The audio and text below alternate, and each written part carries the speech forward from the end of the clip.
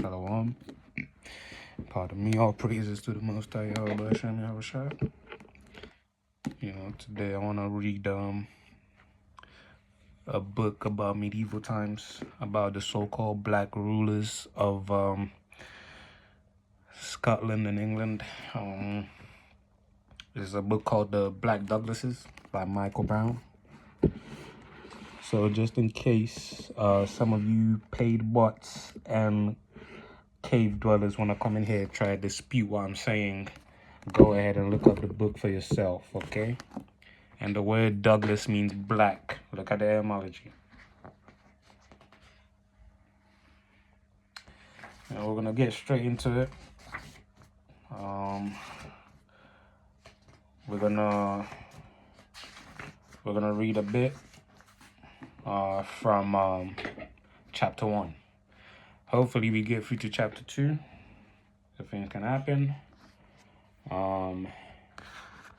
There's a map of Scotland at that time. I'll try to put it in there. And so here we go. The Black Douglases, and the book is called The Black Douglases. Chapter 1, The Green Tree. In 1450, the power and prestige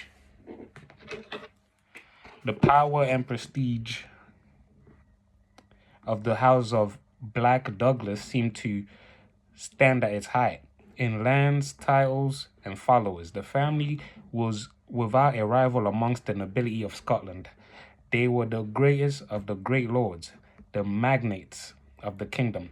Only the young King of Scots, James II, pressed wider estates and higher status than the Black Douglases. At the head of this powerful family were William, the Earl of Douglas, eighth man to bear that title, and his 4 brothers between them. The Douglas brothers held 5 earldoms in Scottish kingdoms, and a collection of lordships which reached from Galloway in the southwest to the Black Isle in the north. The great castles at the heart of these lordships thrived in Galloway, Bothwell on the Clyde, Abercorn by the Forth, and Balvenie and Darnaway, and on the Moray coast, Moor, Black, Moorish, all stood as physical proof of the power and wealth of the Black Douglases for almost a century and a half. The name of the family had been linked with fortunes of the independent Kingdom of Scotland. In the years from the great wars against England in the early 14th century, the Black Douglases' accumulation of lands and influence shaped the Scottish realm. The fame which they had won in their rise made the Douglas name be known far beyond Scotland. As crusaders in Spain and the Baltic, and as soldiers, allies, and vassals in the service of the King of France, the Black Douglas magnates carved out a great reputation among the noble houses of Europe. In 1450, this fame was still as high. On his pilgrimage to Rome in the autumn of that year, Earl William of Douglas was feted by the rulers of Western Europe, the kings of England and France, and the Duke of Burgundy. These are all so-called black people, especially at this time. This particular time, just like the book title, So-Called Black Douglases by Michael Brown, every major European king or country mentioned here was ruled by so-called black monarchs at this time. The arrival of the Earl in the Holy See for the papal celebrations of the half-century was that of a great prince, exciting the Romans and winning honor from the pontiff in their reputation, their wealth and power, and the Black Douglases were recognized as the lords of European status.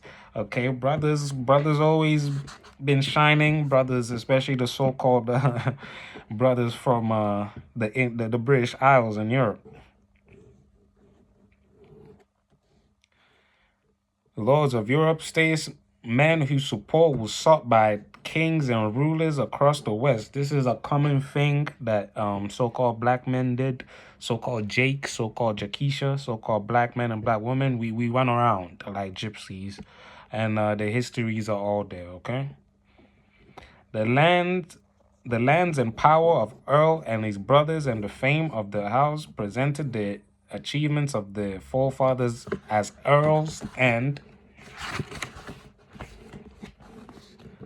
as lords of Douglas, the heirs of a great magnate dynasty. The Black Douglas brothers shared the conscious pride, inherited rights and duties, which was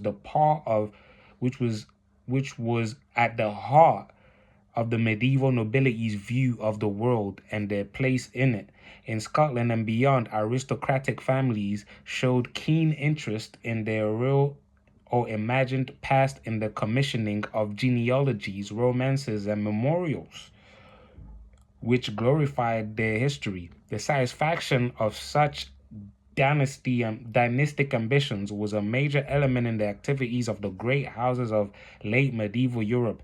The Douglases held just such an understanding of the role and the rise of their dynasty. It was in the years just before 1450. Again, this is the medieval age, just after the so-called Dark Ages. If they just left the so-called Dark Ages, which they call it dark for a reason, what do you think the people in Europe at this time look like? And for all the cave dwellers out there, the first depiction of a cave dweller, or at least a person that left Central Asian caves in Europe, was in Germany on a painting called The Wild Man versus the Moor. So you can try to comment all that stuff, or you can go and search that up and see the cave people in Germany. When the Earl of Douglas and his brothers seemed to dominate the Scottish kingdom, that the strongest statement of the Black Douglas's self-image was made. The Book of Howlet, the Book of the Owl, a poetic fable of nearly 1,000 liners, was produced in the household of Earl William's younger brother Archibald, Earl of Moray, again Earl of Moray.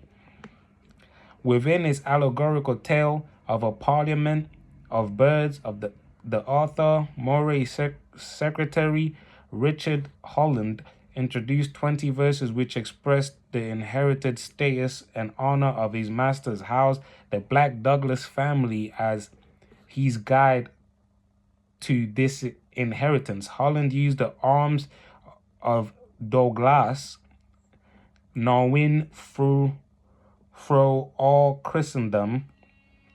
The arms of Douglas lords were a visible measure of family achievement. The heraldic rules of late medieval Europe were not just a part of a taste of decoration, but were about the obsession of a noble society with rank, kinship, and status. The Lion of Galloway, the stars of the Morays or Murrays. Murray means landlord, and it can also be translated into Moray. And the red heart of the Bruce and arms of the Earl of Douglas were a pictorial display of the Douglas family's rise in the century and a half before Holland described them.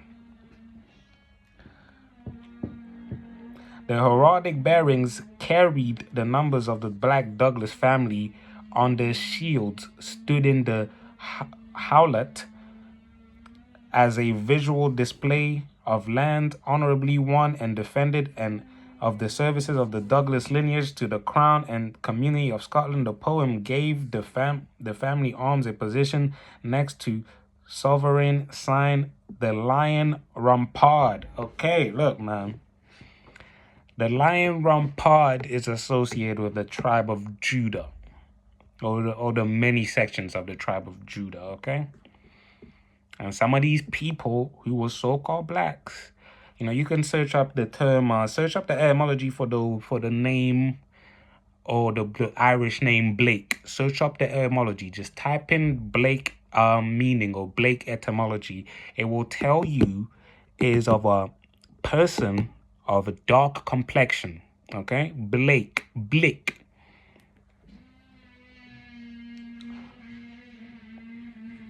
Of the king and the Douglases were ever servable, always ready to serve their royal master. There was no challenge to the power of the king, but Holland placed his masters as the next in rank after the crown as great lords with their own inherited rights and duties. Above all honor and fame were the rewards for their defense of the kingdom of Scotland, their wherewithal fair force to defend Baith, bar making, and bar to Scottish blood. In warfare, the Douglases had been a wall, a bastion, a barrier, a barrier in resisting the foes of the kingdom, roles which gave them, in Holland's view, heroic status in the realm to those of a true Scottish heart. The the Douglases were our law and our liking, our glory and delight, and the family with a special place within the kingdom. Holland's description of his master's family in the Duke of Howlett, or the poet of the Owl, was in part propaganda justifying Douglas dominance in the years up to 1450. However, there can be little doubt that Richard Holland, a servant of the Black Douglases, also presented his master's views of their inheritance. The lands which were presented by Holland on the arms of the Douglases include the family's great sovereign Scottish lordship, Galloway, Wayne, or Ware, conquered from its people who rebelled it, the Crown, and the forest of Ettrick, and the landis of Lauda, taken with dint of Derf, Sword, Fra, the sons of Saxonis, aka sons of Isaac. Okay, we know where the term Saxon comes from. Holland described a dynasty of warlords from the opening of the 14th century to the middle of the 15th. Sorry, in an age of war for Scotland and the British Isles, the Black Douglases had carved out a role and a private empire for themselves. The war leaders of the kingdom in the new marcher zone against the English enemy, the key to the power and standing of the house. The greatest magnate dynasty in late medieval Scotland rested on their ability to wage war in conflicts which combined national, regional, and private goals. From 1320s, again, the 1300s was when the first few sects of wild men showed up in Europe, and there is a depiction of it in Germany.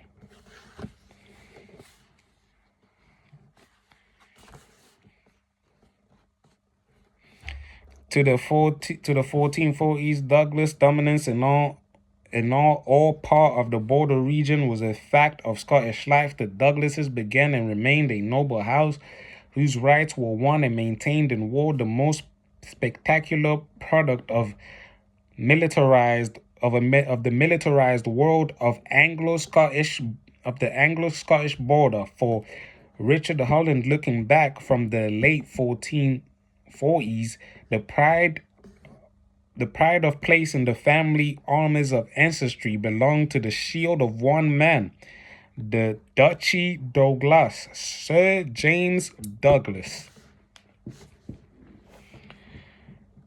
Quilk of bleathed the Bruce in his distress. It was to James Douglas, the right arm of Robert the Bruce, who was another so-called black man. Robert the Bruce was another so-called black man. Already a hero in Scottish chronicles and poetry by the time, Holland wrote that most space is given in the Howlett, James's arms of blue set with 3 stars over a silver field, represented heavenly constancy and courage, but it was the bloody hurt set on the silver on which Holland's focus. The heart stood as the principal badge of the Douglas line, remainder of the services beyond death of James, beyond as the principal badge, of the Douglas line, a reminder of the service beyond the death of James to his singular sovereign, King Robert the Bruce, who was a so-called black man. Douglas's death on the crusade, bearing his headmaster's heart, was unshakable proof of the affection borne by good King Robert, so-called black man, for the most high, for the Lord, of Douglas and his line. Holland depicted James Douglas as valiant in war, a martyred crusader, and as a steadfast and loyal champion of the hero king medieval Scotland. The achievements of James were part of the glorious inheritance of the Black Douglas dynasty. The arms of his successors bore the bloody heart and marked Sir James Douglas as the progenitor of the green tree, goodly and gay, from whose branches were hung the shields and helms of the Earl of Douglas and his brothers. In Holland's fantasy, pride in the Black Douglas lineage, the green tree, and the founder of its growth, James Douglas, justified the ambition and emphasized the honor of his descendants. I'm going to catch up in chapter 2.